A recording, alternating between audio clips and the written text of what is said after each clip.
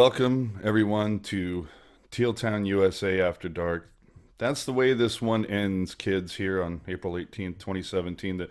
The Sharks, unfortunately, were only able to score 7 tonight against the Oilers. I think we're all kind of disappointed in that. But you know what? We're professionals here, so we'll move on. And actually, we're not professionals because no one's paying us to do this, but we act like we do. So, what a hell of a game, huh? Here we go. We want 10. We want 10. So with that said, do us a favor, everyone. Subscribe here. That's right. We're your only live interactive Sharks post-game show, and it comes at you after every game. And, hey, we even throw in some Barracuda stuff there for you. But you can find out everything, tealtownusa.com. And don't forget to follow us on all the social media channels we have available to you. But it's that time. Be a part of the show, kids. Use that Twitter hashtag TealTownUSA, or hey, join us in the Google chat. Watch us live. But you can follow us on the Twitter machine, and you see all the names right there. And you thought this was a good one, guys. Don't forget, Thursday night, Game 5 viewing party with, let me see, I know I'm going to be there. I know Chris is going to be there. I think Rocket might be there. I think Eric might be there. Who knows? But come join us at the IBU Tap Room on Thursday. And with that, we go live to the one and only Rocket and Puck Guy live Hello. at the tank. Hello. How's it going, guys? I gotta say, this is Oh, they're going to start Wow. making out. Hold on. oh, All right, here, hold on. There. You were right. I'm sorry. Rocket does not know everything. Okay. okay. There. So how was it, guy? Eric, we'll start with you. I heard you got a little lucky wearing a jersey tonight. Yeah, we'll talk about that off air, but let's just say thank you, Maria, and we'll leave it at that. So much appreciative to Maria, our good dear friend. But Rocket, I must say, I can't believe we still have voices. Yeah. That is probably one of the best home playoff games in Sharks history, I would think. And I would say it got things started off early and just kept going the whole time. Yeah, I agree. It was high intensity. Those 2 goals early really, really helped build a solid base for the Sharks to build off of, and they just kept going. Even when Tierney got down, it felt like the energy lagged for just like maybe a half frame in the building, but it popped right back up. Perhaps The for a fans were perhaps into for it a tonight. was it For a perhaps scotch. for a scotch? A scooch. Just a scotch? Just a scotch. Just a scotch. Yeah, and unreal. You can still hear it from outside in the bar and the line for the Sharks store. Right? My goodness, how crazy this crowd is right now. Still, and we've ended the game 10 minutes ago. About that, yeah. Yeah, and but Habs 2 goals, Cooch 2 goals. 2 goals. I mean, They didn't even have to finish the game with Jumbo out there because, they were already so far ahead. he was just paying for it. You had to bench him, and that's how it all starts on controversy and such. Andrew Berkshire on Twitter says that Edmonton should be credited with 2 losses tonight because that's what it felt like. Well, somebody on Hey. Twitter had a really good line. They said, "Fitting that the Sharks scored a touchdown since Jerry Rice opened the door." Oh, Or And I it's- think go ahead, It's Lane. not controversy, it's controversy. if you're Controversy. related. okay. Travesty. Oh, that's a Con- new one. But Con- I also saw one tweet out that I showed Rocket during the game, and what was it? It's about time a San Francisco area team scored a touchdown. Ooh. Yeah. Oh, hey, and I made the national broadcast apparently. Yeah. Hey now. Apparently Rocket did with her With my her phone, taking. like this. Yeah, pretty much. Yeah, so Oh, it wasn't. Oh, okay. It wasn't the rally. Well, never mind. We'll save that for later. no, I didn't have to get him out because we didn't have to rally. Like, I got to, yeah. Yeah, I was going to say, 15 seconds into this game, you probably put him away then, right? Basically, yeah. Like I had a scarf on, and I was like, okay, if the dire straits, I'm getting him out. But it never came to that, so the rally boobs stayed hidden. Burrito remained in the back pocket. Oh, I wanted that burrito so bad. I got up and started screaming at the burrito and the iguana chasing it. Like I Oh was my God. screaming. The whole section wanted it for me. Yes. It's like burrito, and then I could take out Paul Martin. Exactly. Me, Paul, Burritozilla. Oh yeah. Sounds like a delicious time. Yep. Without Aaron Well, Bell. So how did the place react when Draisaitl got kicked out for douchebaggery on Tierney? It was pretty loud with boos. When they showed the replay of it, it was, I mean, you could tell it was really bad. And hopefully that'll be reviewed. I would think spearing is supposed to be a reviewable offense. So No, it's from what everybody said on the intermission reports and just kind of across the board, it's probably going to be a suspension. And I wouldn't be surprised if he gets a game. And I think everybody was saying because Draisaitl looked Tierney in the eye as he was spearing him. Oh wow. See, that was in the corner, and we didn't notice it because the play was going up.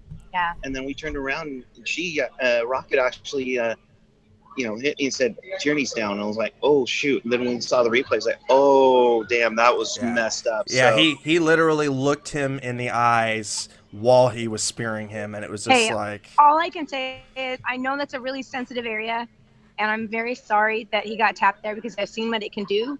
But I'm really grateful that it wasn't like a knee injury or a shoulder injury or something like really, I'm glad that he was only gone for a couple of shifts. Exactly. He'll put a burrito on it later. He'll be fine. Yeah. But I'm sure he's got a bruise around his cup for sure. Yeah. The outline of the cup. He might be a little higher pitched if he tries to sing Holidays again.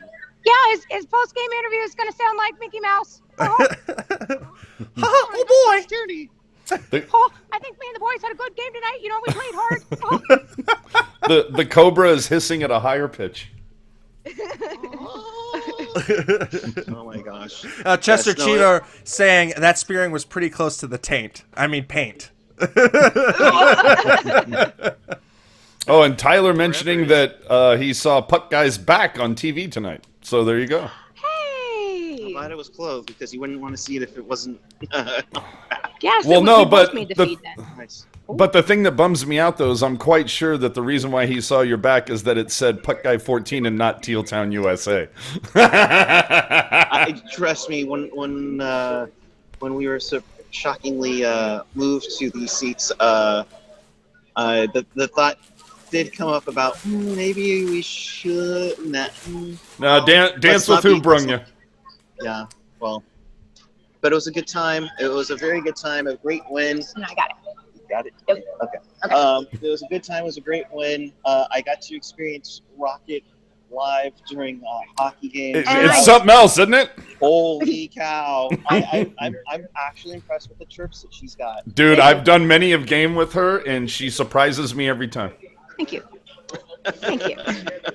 No, but seriously, she's awesome, and I'm glad we were able to do a game because AJ, you told me how crazy she is during the game, and I'm like, wow, that's impressive. Oh, she's a fucking nut. That's awesome. I'm surprised I still have a voice, you guys, because I seriously. was screaming. She was screaming like literally from when they came out of the shark head and everything. It was unreal. Yeah. Well, and your voice has been doing double duty, so. That's true.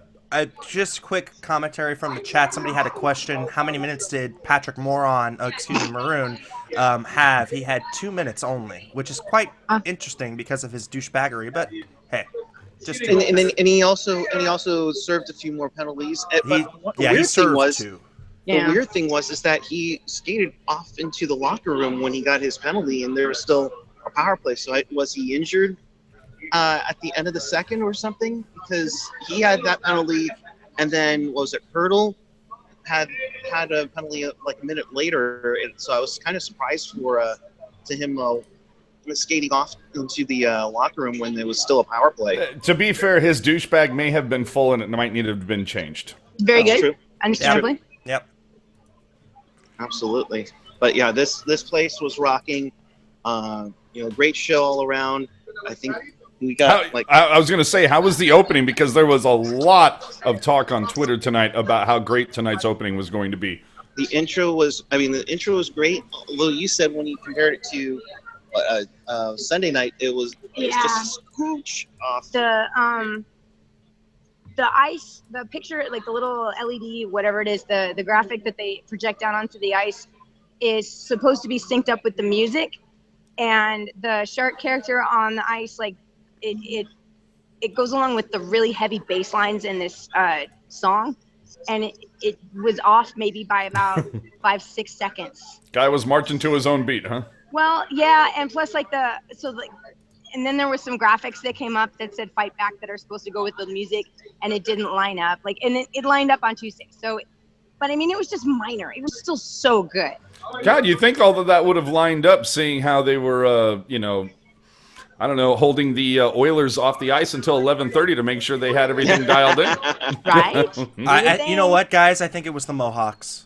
Oh my God! There's a guy in a turtleneck, and it's not Kevin Lacey. Yeah, no, I was just gonna say. Seriously. You better let that guy know that Lacey has. Yeah, that's trademarked, and Lacey needs to get a payment. We gotta go rough him up for some lunch money. Yep. And his lady's wearing a turtleneck too, but she's got a black turtleneck on. Okay. Oh my Lord, it's catching. It's contagious. Lacey, see what you've started. There's a lot. The turtlenecks. At least it's not. At least it's not a Ray Ratto special. Hey now. You're lucky I'm wearing pants. Just win the game. What did you guys think about the line blender tonight? Because it was plugged in very early. Yeah, it looks really nice. They said on Sunday night, I thought maybe they would front load the top line, and did wonders. But yeah, I thought these lines looked really, really good. Patty looked like he gave a damn. Oh, hey. Hey, it was nice to see Sorensen get his first ever Stanley Cup playoff goal. That was nice. I agree. And he could have had 2 tonight. He was very close to on his first. I like the fact that the line blender got thrown in early. I think that it was key in helping throw the Oilers off of the matchups. And I think that they... I do believe it is now last call for alcohol at the Shark Tank. Yep. Apparently it is. Yep. This just coming in from Jumbo. He says the crowd is always great every time we play here in the playoffs. The atmosphere was just incredible. Yeah, it was insane tonight. When did the chanting start? Because we heard "We Want 7," we heard "We Want 8" over the TV, but did it start before then? It started with "We Want 7." It started when Talbot. It started after 5, and they pulled Talbot, and they started chanting Talbot. The entire building started chanting Talbot. I was a little... Oh, I'm sorry. Go ahead, Rock. And then the new goalie, whatever his name is, Steve, Bob, Shane, one of them. Bressois. Okay. What's his first name? Carl? I don't... Carl Bressois. It's Larry. All right, Larry. It's Larry. Larry Carl. It's hyphenated. He's French. So Larry Carl, he let that 6th one in, and as soon as he let number 6 in, then everybody started chanting "We Want 7." So it started with the 5th goal, and when Talbot got pulled, or just before Talbot got pulled, and they started chanting his name. So I was actually surprised that they didn't pull Talbot early. I mean, it did feel like it was going off the rails somewhat early. Right. Mm-hmm. Kind of like our show sometimes. Hey now. Hey. And speaking of which, please subscribe down below or to the side. We do this after. We do this after every game. Oh my God. And we promise we're always this not prepared. Always. We're never prepared, and we do it live. We do it live. Fuck it. We're doing it live. We don't write anything. We just do it live. Oh, and this thing doesn't suck. No. But yeah, again, please subscribe down below or to the side for more Sharks and Barracuda news. Visit tealtownusa.com and follow all our social media channels. Let me just say, this one right here, you should follow. She does our Instagram, and my goodness, she's got some epic pictures. If you haven't uploaded them already yet, there's going to be a boatload coming up tonight that are going to be unreal. They might be in a couple days. I need to edit them. There's a lot. Yeah.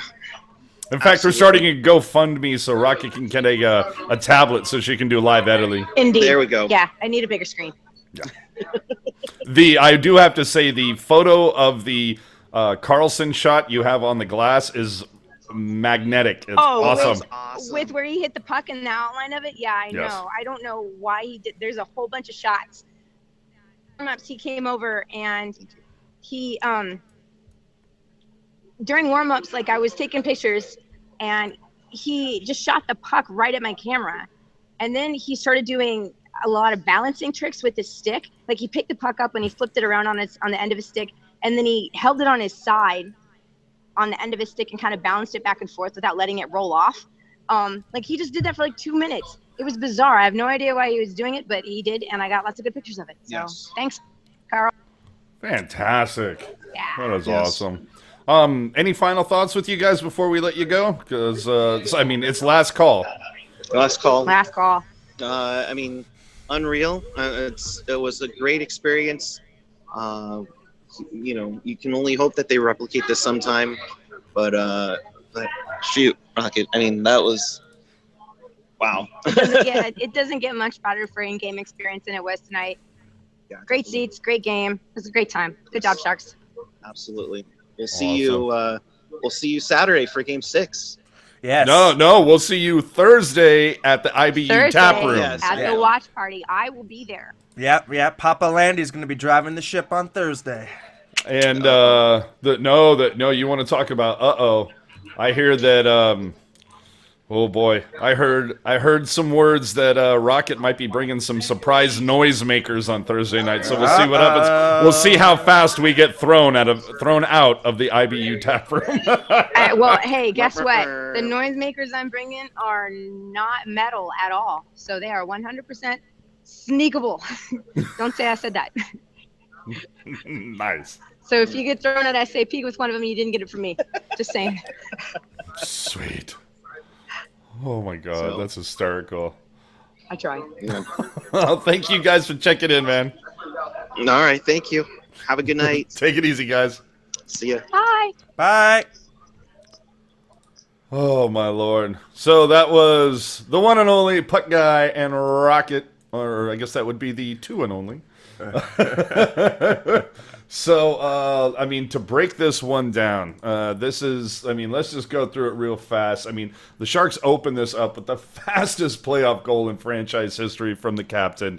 I mean, it was amazing. And another one of those times where you just laugh at everybody who was like still stuck in lines to get a beer or in the can or some reason. Right. And it's just kind of like, oh, really? The line blender moving early. At one point, we saw Hurdle with Donskoy and Meyer. You saw Couture with Pavs and Hansen. At one point, you saw the all caps line out there. And then, Landy, I'm not sure if you've heard about this. The Sharks scored on the power play tonight. Yeah, somebody remembered how to power play. Dude, I mean, 4 for 8 tonight. It was 4 for 8. insane. Now and look, I'm not trying to pile on by any stretch of the imagination. The refs did actually miss a couple of calls despite giving the Sharks 8 chances tonight, but there was a high stick to Couture tonight. Right, that was the most egregious one to me, right? I mean, especially because he's just going out there with just basically a string holding his jaw together. Yeah, it's like nothing but adrenaline and a string. And there was another time that he actually also kind of took what I thought, it's marginal, kind of a high hit, possibly elbow, but you're going to let that one go. And then the thing, the Edmonton tonight for me just really kind of, I don't know, like they unleashed their inner douchebaggery. Like I had no problems with the way this game had gone the first 3, or the way the series had gone the first 3 games. I thought, It was pretty clean. It was pretty clean. It was a hard physical series. And it went both ways. It went both ways. Tonight was just, oh my God. I mean, not from the people that you think. No. I mean, Draisaitl, in the second period, the Sharks are just swarming. They score 3 in 11 minutes. They chase Talbot out of the net.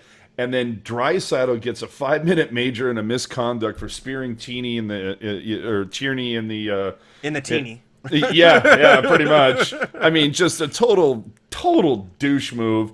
At one point, McDavid kind of douche it up a little bit. I'm so waiting for somebody to drop that guy because it's going to change his game a little bit. But somebody, you got to catch him first. But at some point, I'm not saying it's going to be the Sharks in this series or if it's going to be in another, whenever it happens next season. At some point, McDavid's going to get caught with the hit. We've seen it happen. You know, we've seen Boyle's game change after a big hit. We've seen Brad Stewart's game change after a big hit. And at some point, McDavid is going to get hit bigly as. Yeah, I mean, all we need is really a Scott Stevens type, you know, who would just, you know, like hit a Yari Curry or something, or you know, whatever. But yeah, and I think Draisaitl is only going to get a fine for this, even though. I mean, Marchand got 2 games in the regular season. Crosby gets none, of course, because he's Crosby. I just, you know, I think Draisaitl, there's a hearing, and, you know, he pays whatever the maximum fine is, and that's it, and he plays in the next game. And, okay, so I'm wearing teal tinted glasses, fine. But to me, it's like, you know, if you want to get this, if you want to work on getting this out of the game, you know, finding this guy $2,500 or whatever it ends up being, that's not going to get rid of it. no, You know, well, I mean, making honestly, him miss a game will send a much larger message. yeah, I mean, honestly, you look at that hit and you look at that spear, and he looks at him while he spears him. So he's literally trying to hurt him. The puck is already way farther gone down the boards, and it's literally Draisaitl looking Tierney in the eye and says, "I'm going to hit you in the balls," and he hit him in the balls. So to me, I mean, normally if it's like, oh, you know, it was an accidental on purpose, you know, that's a fine. But when it's clear intent, like you're staring down somebody and say, "I'm going to hurt you," or you're making a move to that basically says, "I want to hurt you," that should be a penalty, and it should be a suspension. Absolutely. I totally agree. And there was a couple, like I said, that got away. Maroon basically cross-checks Pavelski in the head, neck area, whatever. Should have been a call, wasn't. But at that point, I can understand that the officials were going to when the score, you know, is like 6-0 at that point. They're going to go, yeah, you really are just going to have to, like, you know, full on swing the stick at somebody for us to call it something at this point. Unfortunately, because, you know, I am one of those guys where it's like, you know, look, if it was a penalty in game 1 of the season, it should be a penalty game now. But, you know, that doesn't happen. But I don't know what it is about Edmonton that plays the Sharks dirty in the playoffs, man, because we all saw Torres and Mahalik 10 years ago. And, you know, hey, hopefully they tied it up, kids. We were all, you know, prognosticating doom 2 nights ago, and I'm one of them. I picked the Oilers to win this series, unfortunately. And I even pinned a tweet that says if the Sharks win this and the Maple Leafs beat the Caps, I'm going to be up here full throat singing to you, serenading you with "O Canada," and I hope it happens. I hope to sing. I got the throat spray at the ready. So we'll see what happens. It's best of 3 now, kids. And so what do you? Well, I guess we should kind of just get into the points tonight before we start talking about Game 5. Yeah, and I think just to kind of bookend our conversation on just the discipline and the penalties, Lucic and Cassian, I mean, have played very clean games. You know, and that's crazy. It's literally the errant stick fouls, and it's those just blowing up kind of penalties where it's the skill guys are just getting frustrated from Edmonton. And you know what? Everybody was saying, you know, hey, look, the Sharks' power play sucks. It really does. But eventually they're going to figure it out. I mean, they just have everybody was saying it because it was true. Right. Right. So at this point, you know, is it, I mean, are we now kind of seeing the Sharks offense evolve a little bit, or maybe get some confidence at least? I hope so. I hope they bring that kind of confidence into the next game, but let's kind of break it down and kind of go over each goal. So you want to start off, AJ? Well, I just to tag on to what you were saying is, yes, I hope this brings some confidence to the group, and that that they just realize that, look, man, if we just come out and play the way we know how to play, I mean, 32 shots on goal to 23 shots on goal. They won the circle basically 60-40. You had the Oilers 27 penalty minutes. Now, granted, 15 of those are Draisaitl, but, you know, they took 8 penalties. You only took 4. You can work on that. But, I mean, for the most part, the blocks were even, essentially. So, I mean, they just play this same game on Thursday, and I think you got a real shot to potentially close this out on Saturday. First goal, I mean, what can you say? 15 seconds in from Pavelski. That was one of those ones that I hope you weren't like cracking a beer or getting a bag of chips, kids, because it was quick. Yeah. I hope you weren't in the line to to go use the John. But it was just a classic Pavelski tip in. A really great shot by Braun just to get it on. Marlowe ties him up during the face-off, gets it back to Braun. Braun puts it on goal. Pavelski tips it, and he's the master of the tip. And the guys on the NBCSN broadcast, it's Mike Johnson and I don't remember the other guy, but basically they were just kind of going through it and saying, hey, look, from the get-go, the Sharks dictated play. And that really, really broke down Edmonton. And that goal just really set them back. So, that's what you got to do. You got to break their will. And that was what they did. Yeah. And then second goal, you got Logan Couture scoring on the power play, which I think the building obviously blew up because now they've got a 2-goal lead. And, they haven't played at any point in this series with the lead until tonight. And so now you've got a 2-goal lead, but I think the building blew up more because it was on the power play. Right, exactly. I think you really did see that power play finally come to life. I think the last game they were fighting it a bit, and they were really fighting against a really good Cam Talbot. Tonight, I didn't think Cam Talbot looked bad, but there were 2 goals that were really, really sloppy that he let in, especially the Couture goal. I think he kind of just lost his crease and kind of fell down. The Patrick Marleau goal was a snipe. Sorensen, there was nothing that he could do. It was just a rebound. So, I mean, it was a couple of those that were just looked really bad, though. That Logan Couture one in particular. And look, they finally get their slot play figured out on the power play. They finally funnel the puck back into the slot and get those point-blank chances that we weren't seeing in the last 5 months. Yeah. And if you think about it, too, and I'm not saying that I had anything to do with this, so nobody needs to try to, pump the brakes on my ego. That's not what this is. But I did tweet out after the last game talking about, hey, what about parking Burns' fat ass in front of Talbot while shifting Marlowe up to the point or something? And the funny thing is tonight, it seemed like a lot of times on the power play, they had Thornton's fat ass in front of Talbot. I mean, if you look at those power play goals, Thornton was kind of, he was kind of getting in Talbot's ear and just getting his head out of it. And at one point, there was a time tonight where Thornton was kind of jostling with Talbot, almost led to another goal. So thank God they finally seem to have switched it up. I don't know if the guys said, Steve Spot be damned, we're going to do something different no matter what he says. But look, well, and they also deployed Patty on the in the blue line position, in the set blue line position. So, and that's one of the things that I had pointed out. And Sleepy Mofo, fuck you. Fuck you. But we did. Hey, me and you both said that the Sharks were going to win Game 4. I said the offense was going to explode. You said they might win 3-1 on a power play goal. Yeah. Oh yeah. No, I said. What did I say? I said Game 3-1. Yeah. 3-1. And the winner would be a power play goal, and and then there would be an empty netter. And I was not right on any of those counts.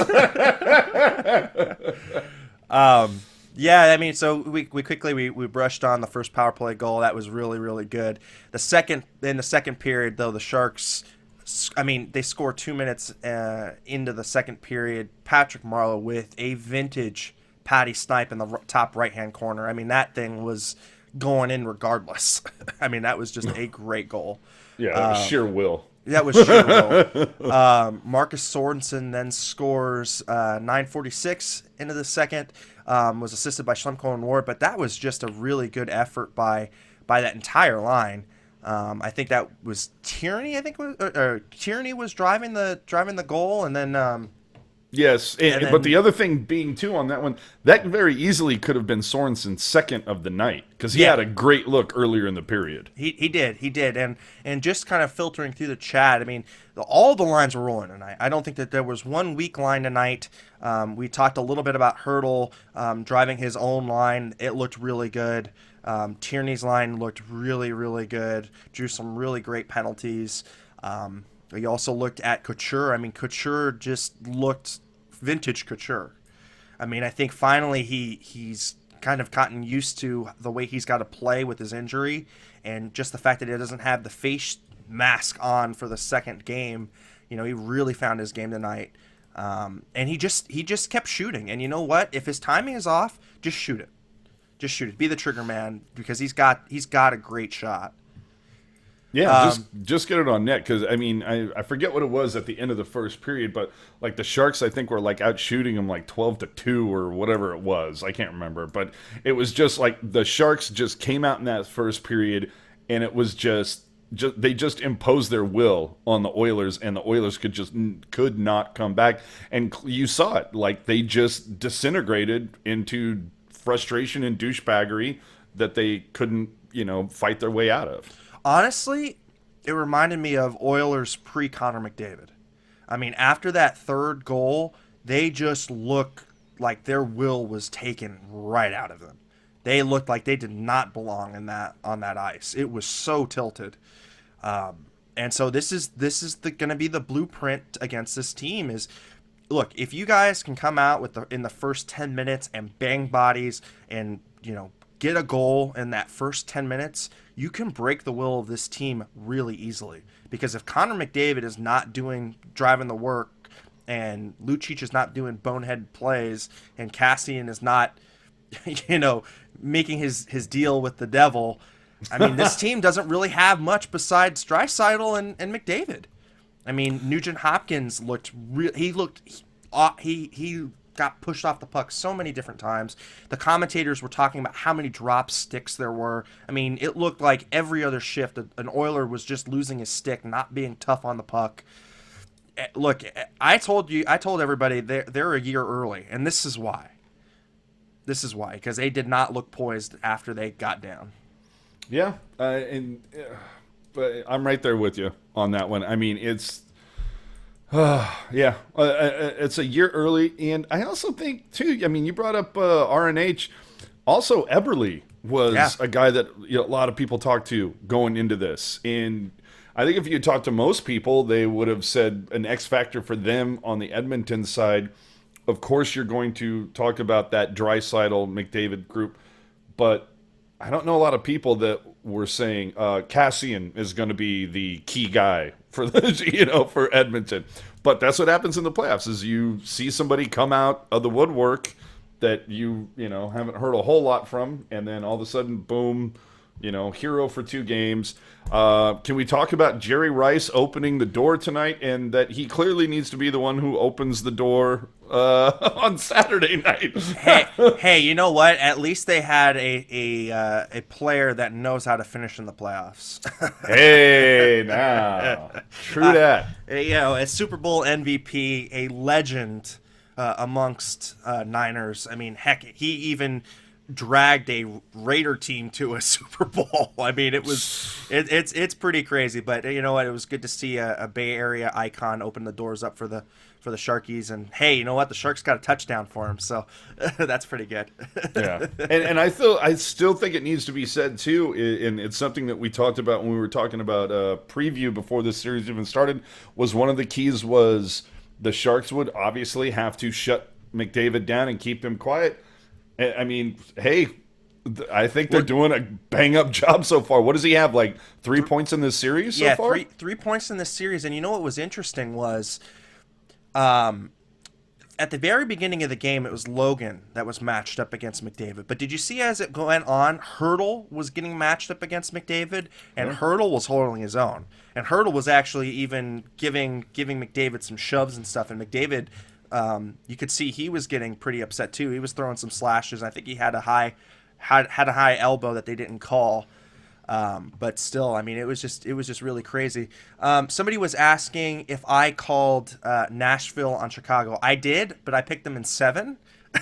I didn't think that they were gonna do this to Chicago. Stranger things have happened. We'll see. But with that, I know that Postgame on NBCSN has just ended. So if you're checking in with us now, thanks for stopping by. As always, please subscribe. We're your only interactive Sharks postgame after every game. And we even throw in some Barracuda. And you can expect some postgame Barracuda shows as the Barracuda march their way in the playoffs. And I believe that begins Friday. Yes, Friday. Yeah, so do us a favor, check us out. You can follow us on all the social media channels, which you can clearly see right there, or check us out on the website, tealtownusa.com. And hey, there's even we even got shirts that you can pick up there. So go check it out. And I would also be remiss not to remind you all, we do have a Game 5 viewing party going on at the IBU Tap Room and Bottle Shop in Milpitas this Thursday night for Game 5. So come down, check us out. I'll be there. I believe Puck Guy will be there. Chris should be there. Rocket will be there. And we're giving away some goodies and maybe do some fun trivia or something to hand out some prizes. Should be a good time. I mean, hey, it's beer. How is there not a good time? And I even picked up a prize to hand out tonight. So if you're interested in one of those limited edition Chum hockey jerseys, we're going to be hooking one of you people up with that at the IBU Taproom viewing party on Thursday. So come check it out. And as always, do us a favor. Wherever it is, I know they move it from time to time. Hit that subscribe button for us, please. We'd really appreciate it. I also kind of wanted to go through some other stuff that we have up on the site. Chris JWS did an interview with David Staples. He's a local writer for Edmonton. That was really, really good. It's on the channel. I would really suggest taking a look on that and just kind of getting the Oilers perspective and an Edmonton perspective. Also, Ian Reed is going to be doing a teal-tinted glasses for the Barracuda and their playoff game. So that will also be pretty awesome as well. So check that out. Barracuda After Dark. Yeah, Barracuda After Dark. So check that out as well. And yeah, I mean, we just got the content rolling for the playoffs and just content rolling all sorts of places. So check it all out on tealtownusa.com. Do you agree tonight with the 3 stars that it was Jones and Couture and Pavelski? Well, Logan played a damn good game, so I would give him first star. Logan played a great game, 2 goals, +2. Pavelski tonight, 2 goals and assists for 3 points and a +1. Obviously, Joner gets the shutout. I got to be honest with you, I'm a little surprised that Burns did not make 3 assists tonight and doesn't get on and assists on 2 of the first 3 goals. So I was a little surprised by that. Yeah, no, I was also surprised too on that. I think, Jonesy had a good game and he got the shutout. So, is that better than a 3.9 by your prime defenseman? I don't know. You can make the case. You could make the case, but agreed. I think it should have gone to Burnsy. I kind of would have given it to Burnsy over Jones just because it was 7-0. If it was 2-0, then yeah. But man, it was like it could have been the 5 stars of the night tonight. You know what I mean? There's just so many. There was like 5 Sharks with multi-point games with a multi-point game tonight. And Chester Cheever on the chat, give Tierney's coin purse a star. Oh man! Oh, I don't think he is an icing the boys down tonight. Yeah. Benjamin Kessel asking, is Sorensen trade bait in the near future? We don't know what the expansion draft is going to be like, so we don't know who's getting taken. If it's a forward, I don't know. That gives another bottom forward slot open. If they take a defenseman, you know what? I mean, Sorensen could be packaged for something, although he's played really well. And this team, I mean, I'm really digging what the European scouts are fishing out of both Sweden and Finland. I mean, they're doing a really, really good job right now. So, well, Ian pointing out that Sorensen is not eligible for expansion draft. Well, so. Right. I was thinking if Sorensen, if somebody else got picked up, a bottom 6 forward from us got picked out of the expansion draft. That's just another Yeah. slot open for Sorensen to take next year. Yeah, I mean, Sorensen, I got to admit, has had quite the journey. Because I remember seeing a preseason game with Rocket against Vancouver, and this, last September, and I remember paying specific attention to Sorensen because he was one of the names that was kind of bandied about as someone who was really looking to make a difference and make the team this year. And I mean, after watching the first period, the shifts that he took, I was like, oh, no. He is not going to make it. Not like that. So the fact that he's had this whole season to, get his game together and then come up and have an impact on, I mean, at least in game 4 here, this is, a great job to see. It's just a fun story to watch. Good on Sorensen. Hope he plays even better. And hope he gets 2 goals for Game 5. That would be fantastic. The guy that I mean, if we're just gonna pop off the rails for a second and talk about guys not here next season, I mean, really, is there anybody that we want to see gone more than Botker at this point? I mean, the thing that's gonna be really a question for Botker is gonna be, how do you get rid of him? I mean, his contract is horrible. I mean, for the output and the production that he put out this year, it is horrible. So you just hope that maybe, somehow, he can get some more points at the start of next year and get traded. I mean, at this point, I don't think anybody would pick him up. Even if he was put on waivers, I don't think that anybody would trade for him as he is now. I mean, people have seen how Peter DeBoer put him in a doghouse. His trade value is literally next to nothing. And it's just a real big disappointment. Yeah, and Chester pointing out the only way he goes is if we buy him out or eat part of his salary. And I'm not above eating the salary to get him. I mean, that is addition by subtraction. This could easily go down as the worst offseason acquisition that Wilson's ever made. And granted, we all thought, I don't remember. Colin White was really bad. Colin White was bad, but Jim Vandermeer. No, I'd still put Botker above Vandermeer in worst. But for me, just the expectation. I mean, that contract. Colin White didn't get 4 years. It's right. just, it's for what was expected. He was supposed to be that thing that kind of, brought the speed that we were lacking and a little bit more depth scoring touch, and it was supposed to be the key to fixing that second line. And now, what do you got a season later? You've got a guy who's been scratched for 2 games, and you're still on the hook for another 3. You're married to this guy for another 3 years. So hopefully Wilson is looking for an escape clause somewhere in that, whatever it is. Mike Neves bringing up Mark Bell. Was Mark Bell an acquisition or part of a trade? I thought he was part of a trade. I thought he was part of a trade. Yeah, I thought he was part of a trade as well. So Chris saying 6 a.m. that goal song was the biggest offseason acquisition disappointment of all time. Oh, go fuck yourself, Chris. Go fuck you. So anyway, back to tonight's game. You couldn't ask for a more balanced effort. I tweeted it out earlier that Game 2 could debatably have been the Sharks' worst postseason game of all time. There was just nothing to be had in that game. You give up 2 shorthanded goals while you are gifted 6 power play chances. I mean, statistically, just one of the worst games the Sharks have ever played in the postseason. And then tonight, 7-0. Only the 3rd time in franchise history the Sharks have scored 7 goals against the opponent.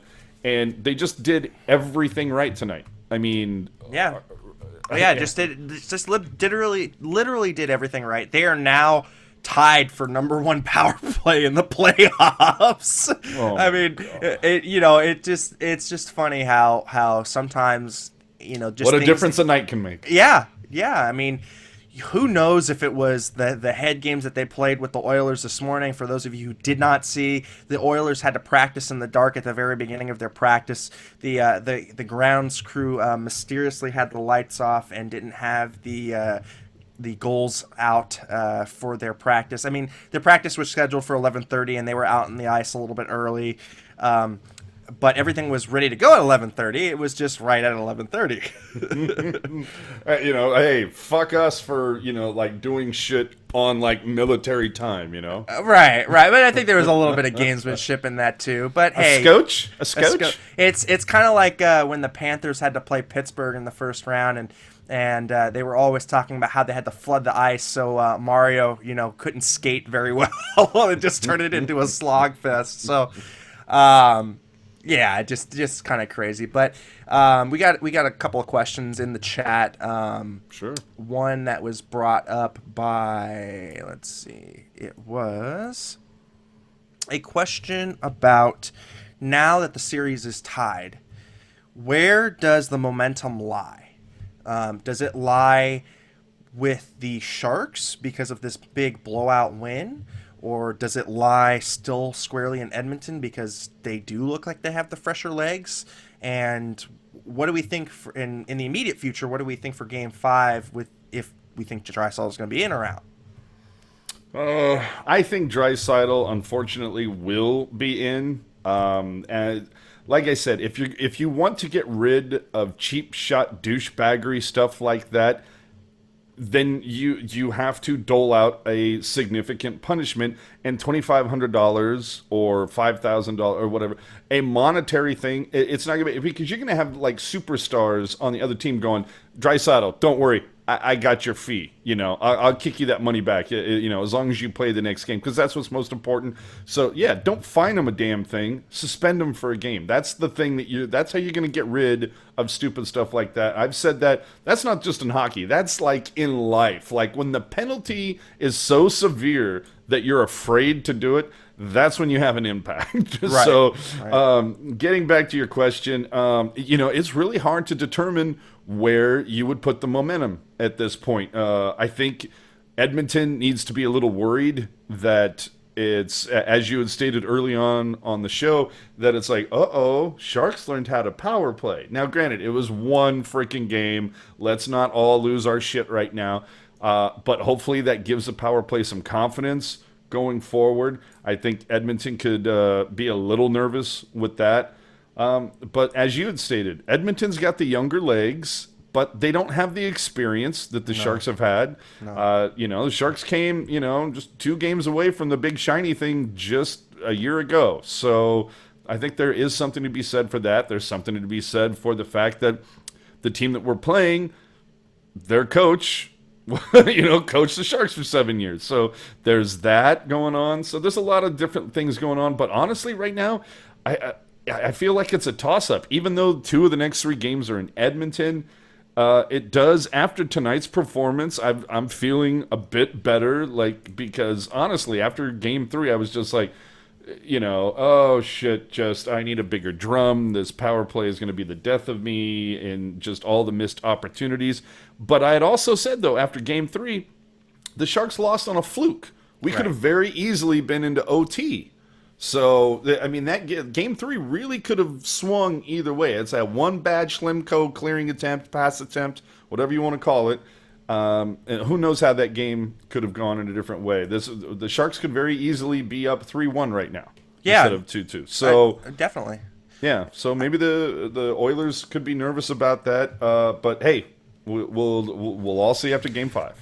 Yeah, and I think for me, the big thing with the Oilers is just how many penalties they've taken. I mean, just how it's been huge. Just the sheer volume, and you know what? When you're taking we're 8 beyond penalties, 20 at this point, right? Yeah, when you're taking 8 penalties, 11 penalties. Now, I think there was a game where they only took like 3 or 4, but still, when you taken over 20 penalties within 4 games. Well, it was 6 in Game 1, 6 in Game 2, 2 in Game 3, and then 8 tonight. So we're like at 21. 21, yeah. So, right, 22. 6, yeah, 22 penalties in 4 games. That's I don't care who you are. I don't care if you have the number 1 PK. You cannot continually trot out your PK and expect them to get it done. And I think, honestly, if you do expect them to try and get it done, you're going to wear on those players even more, because we all know that PK minutes are not the same as regular game minutes. So they will wear out during the series. I tend to think that, I do think that this is the awakening of the Sharks. I do think that this is going to be a confidence builder for Logan and Joe specifically. Those two got, Pavs and Logan were both just sitting on goose eggs and we're not looking good. But you see Joe kind of get into it a little bit more. You see Marlowe just be rejuvenated, going back on the top line. And you know what? I mean, if they can score the first goal in the next game, they'll do a lot for themselves. I'll just put it to you that way. Absolutely. And with that said, I noticed that we've exceeded the 90 mark at this point. So, of course, got to say it with you one more time, kids. Do us a favor. Hit that subscribe button for us. We're really trying to hit 500 before the end of the series, and we're pretty close. So if you're new here, we welcome you. We welcome your comments in the chat. We welcome your comments on Twitter. Please use the hashtag TealTownUSA. You can follow us at TealTownUSA. You can follow myself at AJ_Strong. Of course, at Eric Landy. And earlier on, we had our Backhander76 and at PuckGuy14 on. So do us a favor. Follow us on there. Be a part of the show. We do this after every show. You can follow our social media channels and read about info on Teal Town USA. And hey, you can even snag one of these bad boys and really support the show. We'd appreciate it. So just wanted to get that out there. As Landy was saying, looking forward to Game 5. What are you expecting, man? To be honest, I think that the Oilers will come out one of two ways. They'll either come out like game busters in front of their home crowd because they got embarrassed tonight, and they'll try and avenge that loss for tonight, or which I think this is the more likely of the two scenarios, that they're going to clutch the stick even harder. And look, their offense hasn't been gangbusters either. McDavid doesn't have that many points, not as many as you thought he would have going into this series. And if the Sharks can continue their shutdown defensive play and, like I said, get that first goal, we might actually just see this series be a 6-game series. Well, what is McDavid at right now? Is it 3 points? Yeah, 3 points in 4 games. 3 points in 4, and the Vegas put his over under for this series at 7. So he needs to get, just to break even, he needs 4 points in the next 3 games. And the way the Sharks have been playing him, I don't see that happening. Now, granted, we say that now, McDavid could have a hat trick, God forbid, for Game 5. I mean, we saw. Did anybody, if you predicted that the Sharks are going to win this 7-0, raise your hand. The scary thing is, how long has Rocket been saying she wants a 7-0 game? How long has Rocket been talking about having a game like this? And lo and behold, not only did she get her game, she was at the damn game tonight. So on the glass, right? Yeah. So fucking Rocket, man. It's so funny. She basically kind of called this in a roundabout way. That is just awesome. Well, the interesting thing too, though, that we saw was, I don't remember which, I think it was Game 1, we thought, okay, well, maybe they finally flipped the switch, right? Maybe the team that was going into the playoffs hobbled. We saw Hurdle just be this beast of a player. We saw, okay, well, maybe they did the LA King act where they kind of coast into the playoffs and then flip the switch. What's interesting, though, is that Game 1 and Game 4 have been both the Sharks' best performances. So I'm wondering if maybe that switch was just a little squeaky and a little loose, and now it really is flipped. God, I hope so. Right? I really do. And maybe another thing that happened tonight was, Thornton might have played the first game a little hesitant, and between him getting more confidence, Couture getting more confidence with playing without the cage, not to mention the fact that this is breaking news, AJ.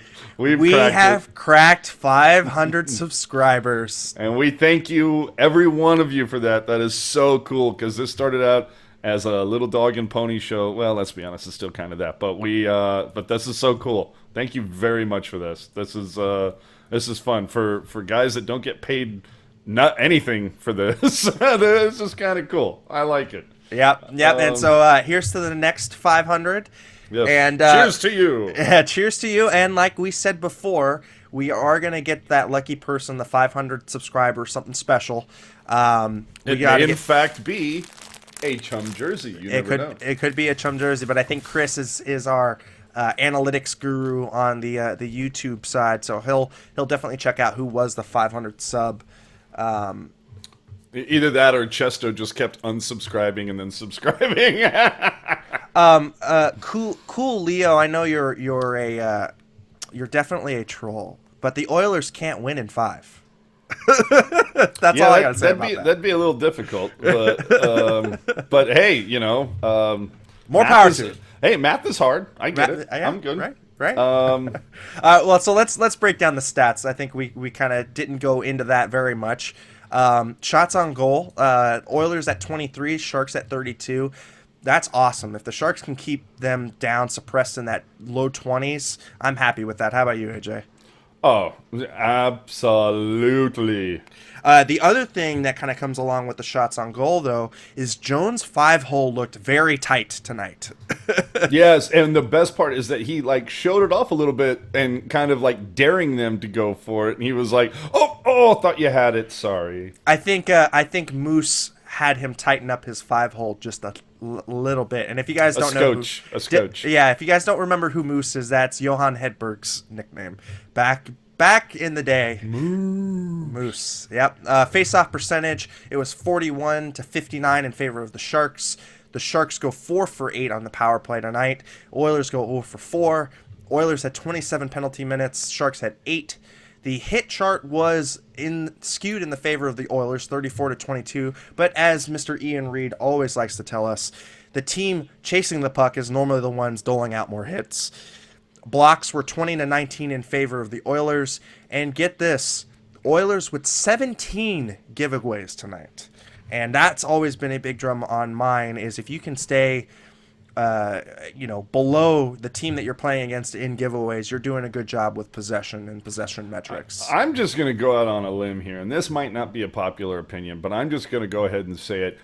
I don't think the Oilers played a good game tonight. I'm just going to go out. You're going to stick your neck out on there. I'm going to go out on a limb and just say I don't think the Oilers played very well tonight. Yeah. I mean, maybe that's just me. Hey, can we just go around the league real quick? Because there were a couple other games tonight. Yeah, just a quick, somebody was asking face-off percentages. Hurdle was 77% tonight. He was one of your highlights. Jumbo had 86% of his face-offs won tonight. And it was interesting because he was taking face-offs on his offhand, or offside, his weak side. And when you take a face-off on your weak side, that's going to require a lot of pivoting on your knee. So that shows that, you know what, maybe his knee is feeling a little bit better. So that was a good sign to see tonight. Let's go run around the league. AJ, go for it. So the just a couple other games that were played tonight. The Rangers tie up their series 2-2 with a 2-1 victory over the Canadiens. And thank you, God, for that, because I did, although I took Montreal in that one, I'm rooting for the Rangers. So I took the Rangers on that one. Yeah, and I've got a Rangers jersey. I have a Lady Liberty jersey hanging in my closet. I'm a little bit of a closet Rangers fan when we talk about the East Side, but hey, they tied it up and made a series out of it, just like the Sharks did tonight. So good on you, New York. And in former Sharks news, Torrey Mitchell, former Shark, with the only goal for the Canadiens in that one. The other big game, of course, the Blue Jackets, desperately trying to make a series out of this one, beats the Penguins 5-4.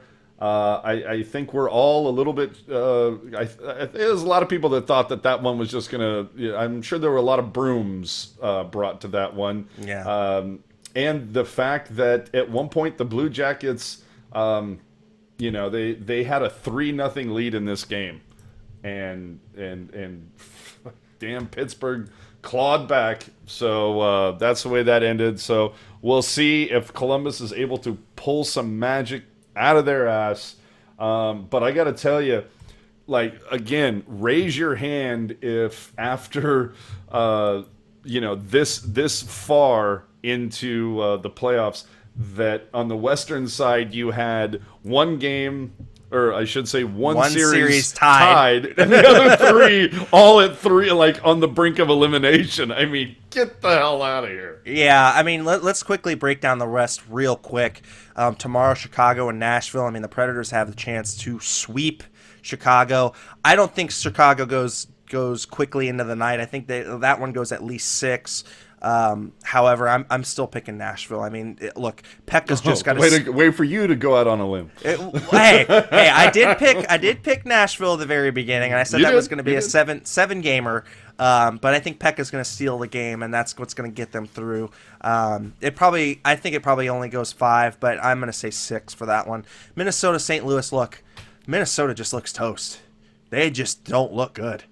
And St. Louis, I mean, right now, Jake Allen is playing on another world, and who the hell replaced the playoff Jake Allen with, regular season Jake Allen with this playoff hero Jake Allen? It's just kind of crazy. And then Anaheim, Calgary. Look, we said that the only way Calgary was going to win this series was going to be through speed and not playing Anaheim's game, but Calgary is playing right into Anaheim's hands. And they're just using their size and just kind of bullying Calgary around. So I don't know, but we're on the only tied series, and it's crazy. It's crazy. Kind of shifting back over, though, we kind of go over to Ottawa versus Boston. Senators up 2-1. That series, though, is pretty evenly matched as well. I seriously think that one's probably going to be a 7-gamer. I had Boston coming out, but it's anybody's series. And crazily enough, Toronto is leading against Washington. Oh, my God, who saw that coming? Yeah, who saw that coming? And if they do lose to the Maple Leafs in the first round, it is official. The Capitals are Sharks East. Like I said, just for those who don't know, I put it out there, pinned the tweet a couple days ago. Come join us if it happens. I'm going to be here singing "Oh Canada" if the Sharks, beat the Oilers, and if Toronto is able to finish off the Capitals. You will see my smiling face here singing "Oh Canada," and it will be worth every second of it for me because of those two things happening. Okay, Rob is quickly, he keeps asking this question, and we have to get to him because he keeps asking, and he's been pretty patient. Do you think Barry Trotz will be on the hot seat if he loses in round 1? I definitely say yes, because you only have a limited time with Ovi, and you're wasting prime Ovi years. What do you think? I don't know. Ovi is just such a, the guy's, I don't know. He's a goof. I don't know that anybody would be, Tortorella, Scotty Bowman. I don't know that anybody that could control that guy. He's just going to do what he's going to do. But, the Capitals, they have a similar, up until last season, the Sharks known as making the playoffs and usually making it out soon after, and Washington right now has that same tag around their neck right now, and until they change it, it's going to remain there. And like I said, I don't know that any coach is going to make a difference, but will they scapegoat Trotz? It wouldn't surprise me. The Capitals had a hell of a season. Did they not win the trophy? Did they win President's Trophy this year? Yes, they did. Yeah, I thought they had. So back-to-back trophies. Yeah, so maybe that gives him either a little bit more leash because he had so much regular season success, or maybe they say, look, back-to-back presidents, and this is how you do it in the playoffs. So who knows? But I think Trotz is probably here one more season. Yeah, that's what I would say too. Is that Trotz gets one more crack at it. I don't know what it is with that team, but it does remind me a lot of the Sharks. Some of those years when I think, especially the team that went to the Western Conference Finals against Vancouver, where it was just a stacked team. That was a stacked team besides the blue line, which was the Achilles heel of that team, and goaltending. And who was the big acquisition? Shattenkirk? Shattenkirk, yeah. Shattenkirk. I mean, that team is literally stockpiled. So, and from what I've heard, Shattenkirk has not made that big of a difference in this offseason. As similar to I mean, how much did we talk about at the trade line? Like, oh my God, look at what Minnesota's done. They're in it to win it, and what has that? Hansel has been like a noose around this team since the playoffs started. I mean, down 3-0 to St. Louis, and we talked about it for the preview. It was which Jake Allen would we see? we saw playoff. We're seeing playoff hero Jake Allen, which is a new mask, if you want to, use a pun for him to wear. But quickly, we got a couple other questions. Blackhawks. I mean, what do we think about the Blackhawks being down 3-0? I'm stunned by that. To me, it just screams construction. It screams that you cannot have two players eating up $20 million plus of your cap. God love Kane and Taves. I mean, they are awesome players. But when you have two players taking up that much cap, this is the last time I checked. This was a team sport. Yeah, no, I feel you.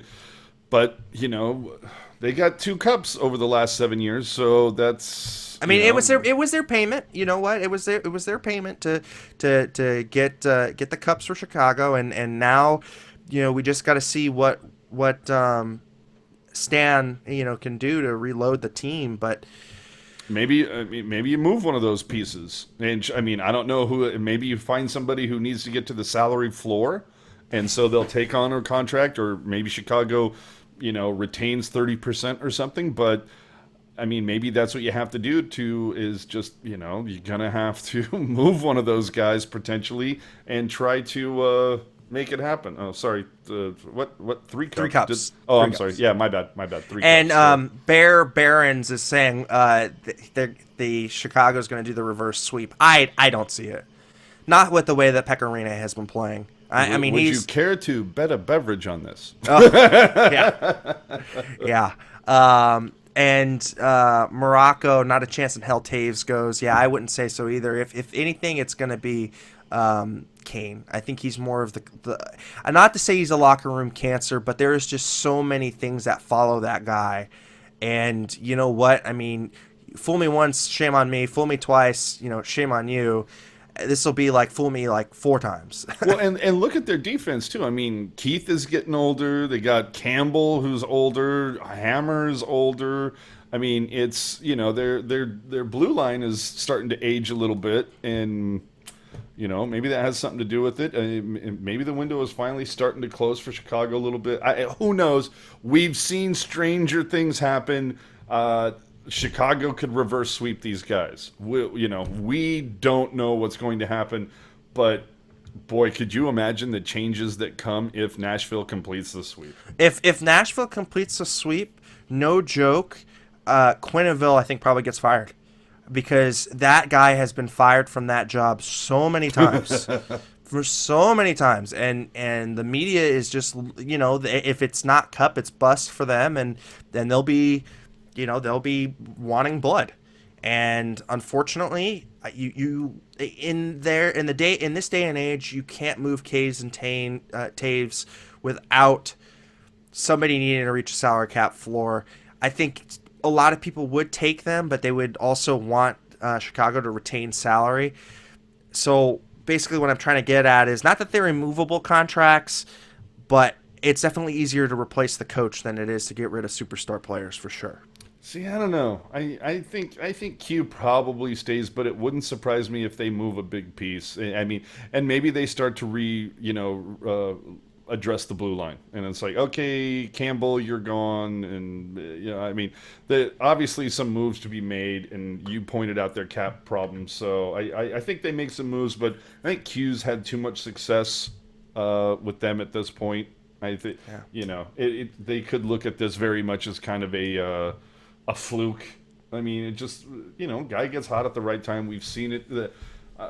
I think that is the one, though, that has stunned me. Actually, I'm not sure which has stunned me more, the fact that Nashville's up 3-0 or the fact that the Blues are... Actually, I think it's Nashville being up 3-0. Yeah, and the one I don't think anybody is shocked at is Anaheim being up 3-0. Oh, no. No one's shocked by that.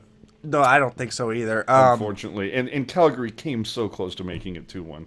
Yeah, they did. They did. It was kind of a heartbreaker. I mean, it could be easily 2-2 right now. Or sorry, it could be 2-1 in favor of Calgary. Yeah. Because the definitely some luck. I mean, what was it the other night? Calgary had like a 3-0 lead. Yeah, exactly. You know, I don't think that there's pretty much else. I think we're saying that I don't know. I think that we're pretty much bookending tonight's action and bookended what's going on in the other series. Is there anything else you want to touch on before we close up shop tonight? Well, just with, of course, what I said earlier. Do us a favor, if you want to try to win some cool prizes, and just hang out with us and watch the Sharks for Game 5. Come down to the IBU Tap Room in Milpitas.